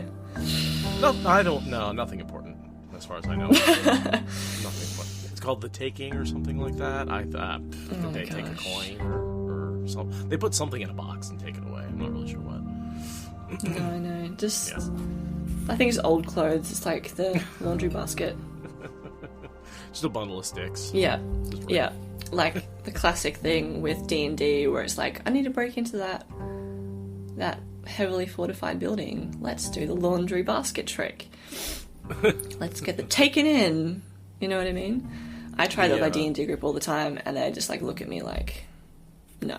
The Trojan horse. Exactly. Yeah. The Trojan horse of dirty laundry. Anyway, yeah, so I'm really excited about listening to that when it comes out, and yeah, so we're really getting to the pointy end of this book. We really are. This is the final avalanche, because in the last 5 chapters we go from Rand having a good 10 days to Dumai's Wells. Yeah, it's pretty insane, and you mentioned the 10 days, so like I was saying before, I was reading through this book yesterday because I was also procrastinating this week, and I realised halfway through that this chapter is told out of order, and I think that's really interesting, so maybe we'll get into that. And please do, yeah. I wondered if you had any thoughts on that. I had a go last night at like straightening it out, and I still have a bunch of question marks about the actual order of events, but I think maybe I'll use that as a reference when we come to Perrin's perspective, and like you can kind of overlay like, what they were both doing at the same time, if that makes sense. So yeah, so when you say out of order, you're saying both Perrin and Rand's perspective are kind of happening at the same time, but we see Rand's first and then Perrin's second. Yeah, but also it seemed to me in reading it through that like Rand's like, this happened, and then they go back to, on the second day this happened, you know what I mean? And then on the 5th day this happened, and it's not actually written in that same chronological order. Mm-hmm. So I probably overthought it a little bit, but like I say, I tried to sort of straighten it out because that helps my brain. Absolutely, yeah. To figure things out. It's just like little things that came up, like Rand thought Perrin looked really tired, and I'm like, ooh, that would have been like the day after Faile first didn't let him sleep. You know what I mean? Like, so what's going on? We can kind of overlay them together and that sort of thing as well. But what's with you and non-linear chapters, Bambi? Is that really like... I got really excited when I noticed that. Well, actually, I was reading the book and then I looked up and I was like, fuck's sake, Robert Jordan, seriously. But then I was like, no, this is really cool because I can maybe add some value by like, maybe there's something in teasing this out that we can find some cool insights in. But the time difference thing, out of order dates and timelines, I find it really exciting. Like, I love that in any sort of literature, movies. Are you a Back to the Future fan?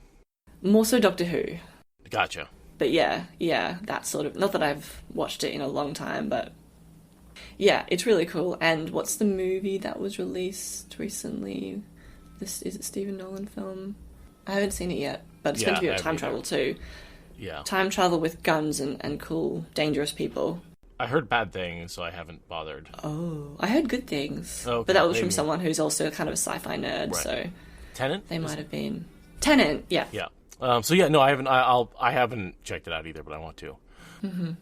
The other one I would highly recommend, and I don't know if you've seen this, is called Primer or Primer, depending on how you want to pronounce it. Oh no, I haven't heard about that. Is that a movie?